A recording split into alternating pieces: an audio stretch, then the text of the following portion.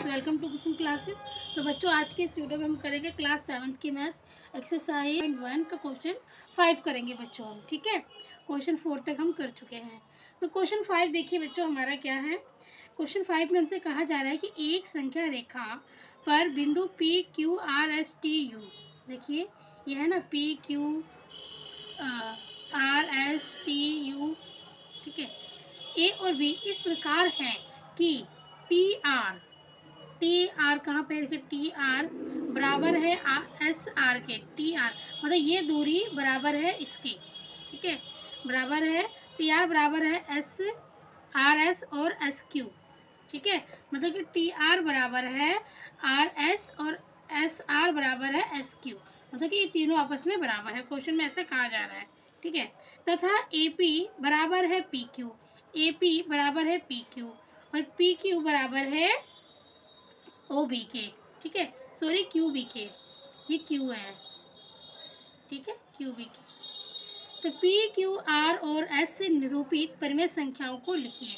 तो बच्चों, इस क्वेश्चन में हमें क्या करना है कि देखिए ये जो हमारा पी क्यू है, ये हमारा पी हो गया और ये क्यू हो गया और आर एस, ये आर हो गया और ये एस हो गया।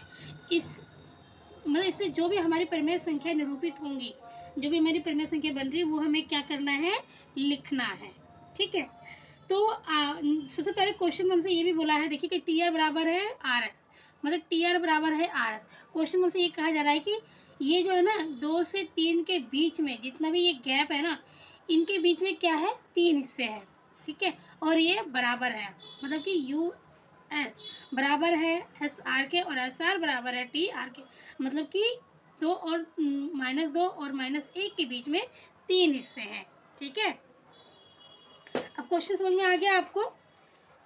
ए और बी के बीच में कितने हिस्से हैं, 3 हिस्से हैं कुल। देखिए ए पी बराबर है पी क्यू और पी क्यू बराबर है क्यू बी के, ठीक है। तो इतना समझ में आ गया आपको। अब जो ये 0 1 है ना, 0 से लेकर 1, इसके बीच में भी 3 हिस्से हैं, ठीक है, 1 2। हम यहाँ पर नहीं है, पर आप समझ मानिए कि यहाँ पर सबके बीच में यहाँ 3 हिस्से, जैसे यहाँ पर नहीं दिया हुआ है, यहाँ पर नहीं है, तो इन सब के बीच में भी कितने हिस्से हैं, 3 हिस्से हैं, ठीक है। इनके बीच में कितने हिस्से हैं, 3 हिस्से हैं। तो अभी हमें क्या बोला गया है कि पी क्यू और आर एस का हमें क्या करना, परिमेय संख्या बताना है, जो भी यहाँ पर परिमेय संख्या हमारी निरूपित हो गई है, ठीक है। तो देखिए सबसे पहले हमें, आपको इतना समझ में आ गया ना कि ये जो 2 से 3 के बीच में हमारा कितना है, 3 हिस्से हैं, ठीक है। तो अब हम यहाँ पे से स्टार्टिंग कर रहे हैं बच्चों अपने आंसर की। हम सबसे पहले लिखेंगे कि प्रत्येक भाग को, जो हमारा ये यहाँ से यहाँ तक एक भाग हो गया ना, यहाँ से लेकर यहाँ तक ये पूरा हमारा एक भाग हो गया, ठीक है। तो इस प्रत्येक भाग को 3 बराबर भागों में विभाजित करने पर, मतलब बांटने पर, 2 से, देखिए -2 से -1 के बीच में कितने भाग हैं, 3 भाग हैं, 1 2 और 3। समझ में आ गया। ए पी पी क्यू और क्यू बी, 2 से 3 के बीच में कितने भाग हैं, 3 भाग हैं।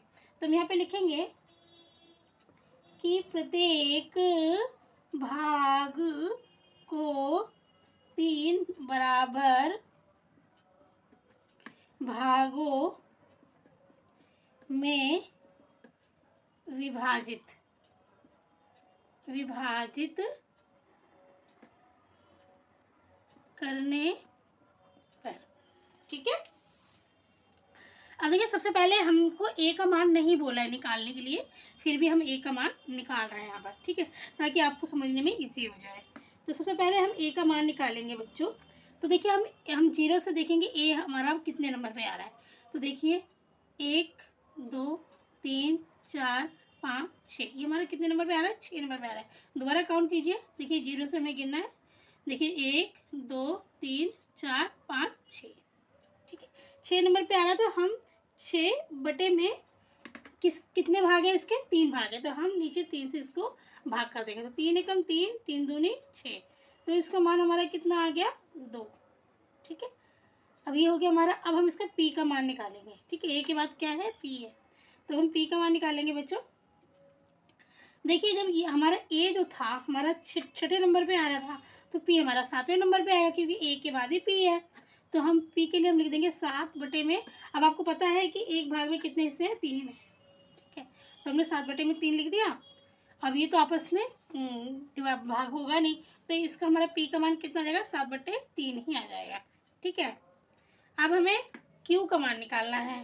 ठीक है, हमसे पी का मान पूछा गया था, पी का मान पूछा गया था, तो इस पी को तो मैं अंडरलाइन कर देती हूँ, क्योंकि क्वेश्चन में हमसे पी का परिमेय संख्या पूछा गया है। तो पी का हमारा हो जाएगा, ए का हमसे नहीं पूछा था, और क्यू का भी हमसे पूछा गया है। तो क्यू का मैं लिखती हूँ बच्चों। देखिए, जब हमारा पी जब हमारा 7वें नंबर पे था, तो क्यू हमारा 8वें नंबर पे होगा, है ना। आप यहाँ से काउंट कर सकते हो जीरो के बाद से, 1 2 3 4 5 6 7 8। वैसे भी कॉमन सेंस लगाइए आप कि 7, जब पी हमारा 7वें नंबर पे हो रहा है तो क्यू हमारा 8वें पे होगा।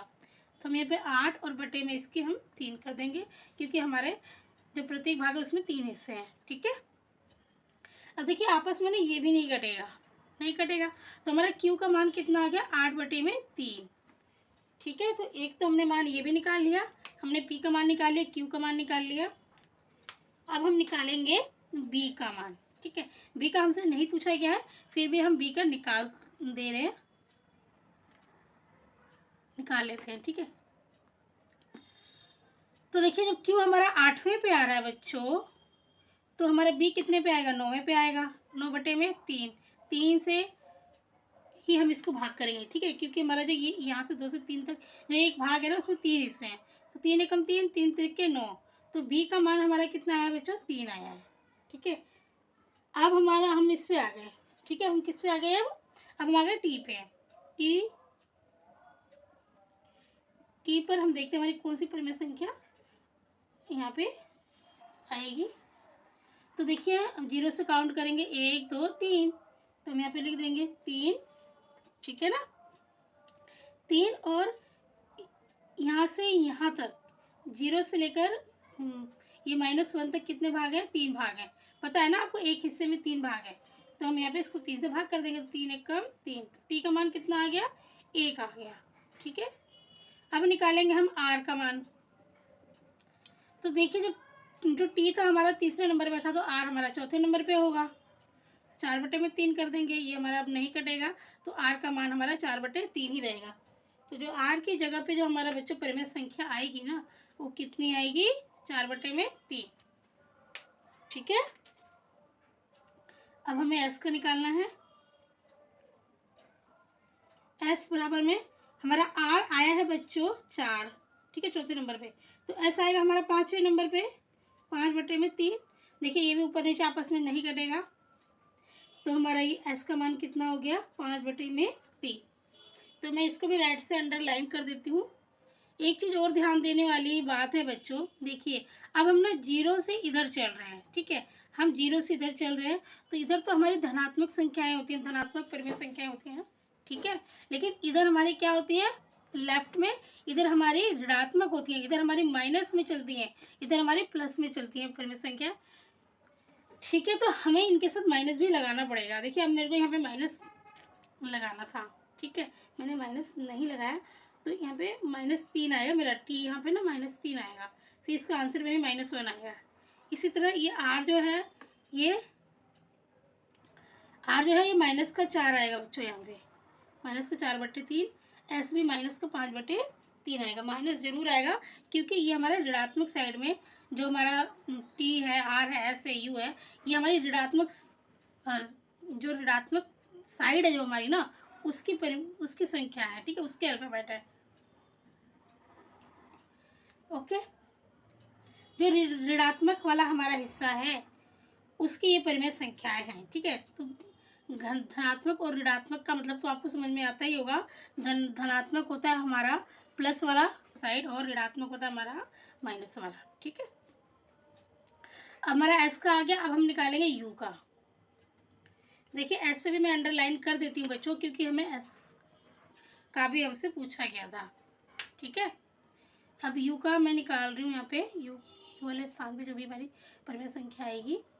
देखिए एस हमारा 5वें पे आया है, तो हमारा ये आ जाएगा यू 6ठे पे, -6/3, तो 3 एकम 3, 3 दूनी 6, तो यू की जो हमारी परिमेय संख्या आएगी कितनी आएगी, -2। ठीक है, तो हमसे क्वेश्चन में किस किस का पूछा गया था, पी क्यू आर एस, तो हमने पी क्यू आर एस का हमने यहाँ पे निकाल लिया। तो इस तरीके से बच्चों इसको करेंगे, बहुत ही ईजी है, कोई ज़्यादा टफ क्वेश्चन नहीं है, बहुत ईजी है।